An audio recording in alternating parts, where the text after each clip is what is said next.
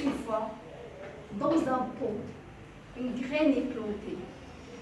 On l'a arrosée, alimentée, jusqu'à ce qu'elle est devenue une plante florissante. Elle devait donc quitter le pot, quitter ses racines, quitter sa terre et se porter vers d'autres lieux et d'autres cieux. Cette plante, c'est moi. Et à un certain moment de ma vie, j'ai dû quitter ma famille pour aller continuer mes études loin de chez moi. Ma famille n'était pas d'accord. Ils connaissaient très bien leur fille, leur nicheuse, incapable de faire quoi que ce soit. J'étais l'être le plus fragile que vous pouvez imaginer, le plus passif. Mais tout en étant passive, j'étais entêtée. Et quelque chose au fond de moi me disait « Tu dois y aller ». J'ai vu ma mère pleurer et mon père inquiet et j'ai tout de même débarqué à Rabat. Arrivée, je me suis rendu compte que les choses n'étaient pas bien, mais je devais quand même assumer.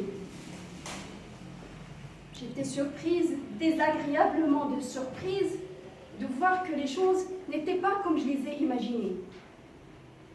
Mes imaginations se sont envolées et ma motivation a expiré. Je me disais donc, chez moi c'était beau, c'était tendre, c'était doux, et tout le monde m'aimait pour ce que j'étais. Et en se trouvant dans ce lieu, qui est Rabat, mon présent était tiraillé entre un passé et une nostalgie et un futur incertain. Je me disais, qu'est-ce que je dois faire? Je me suis mise à la recherche de personnes fiables et authentiques qui puissent m'inspirer l'amour et la tendresse que j'avais connue dans mon pot, ma vie natale. Et à ma grande déception, j'ai trouvé des personnes qui se sont moquées de moi, de mon caractère fragile et sensible, et de mes habits, toujours désordonnés, qui se sont moqués du son amazigh qui sortait de ma bouche et qui me faisait prononcer mal le son U. Et tout le monde se mettait à rire quand je dis le mot culture, parce qu'il contient de U. C'était le mot que je détestais le plus, pendant longtemps. Oui. Et un jour, un professeur nous a demandé de regarder un film et d'essayer d'écrire l'émotion qu'on a ressentie au moment de voir ce film. Je me suis mise à l'exercice avec tant de plaisir.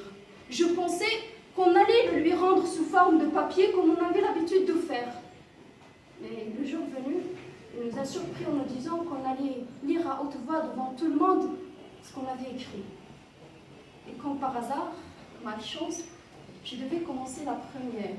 Vous n'en saurez imaginer l'embarras où je me suis trouvée. J'ai commencé à lire parce que les regards fermes de mon professeur ne me laissaient pas le temps de sentir mes battements accélérés, ni même de penser à mes camarades qui sont censés compter et noter les E mal prononcés. Je me suis mise à lire. Je n'ai pas levé la tête. J'ai terminé la lecture sans pouvoir lever la tête. Puis, j'ai cru entendre un applaudissement. J'ai levé la tête. Oui, effectivement, ce n'était pas une illusion. Mon professeur m'applaudissait et mes camarades faisaient de même. C'était le premier déclic. Et depuis ce jour-là, mon professeur cherchait toujours l'occasion pour me faire parler. Elle m'encourageait. J'étais certaine que les U mal prononcés lui dérangeaient aussi, mais elle ne m'a jamais fait la remarque devant les autres. Au contraire, quand il me donnait la parole, il leur disait « Écoutez attentivement, Merdani, il va vous dire des choses intéressantes. » Toutefois, je disais toujours des bêtises. Oui, ce professeur a vu en moi ce que je n'étais pas et ce qu'il m'a fait devenir. Ce professeur, je l'ai vu dans les couloirs, en train de dire bonjour à tout le monde, toujours jovial, souriant. Et quand il me croisait, il me disait « Souris, la vie est belle !» Et j'ai fini par croire que la vie est belle. Il m'a appris à penser, à réfléchir avant d'agir et à aimer ce que je faisais. Et la fleur fanée que j'étais en quittant mon pot natal a repris ses couleurs grâce à lui. Et depuis ce jour, J'ai rêvé un rêve. Être comme Monsieur Kish Aziz ou ne pas être. Mesdames et messieurs, chers jurys, ceci n'est pas un discours. C'est une expression de reconnaissance. C'est une profession pour vous dire que nous sommes dans la vie des plantes, obligées parfois de quitter ces pots pour se retrouver dans d'autres lieux. Mais n'hésitons pas à être des personnes qui arrosent, des personnes qui disent de beaux mots, parce que ces mots sont capables de changer toute une vie. Merci. Allez.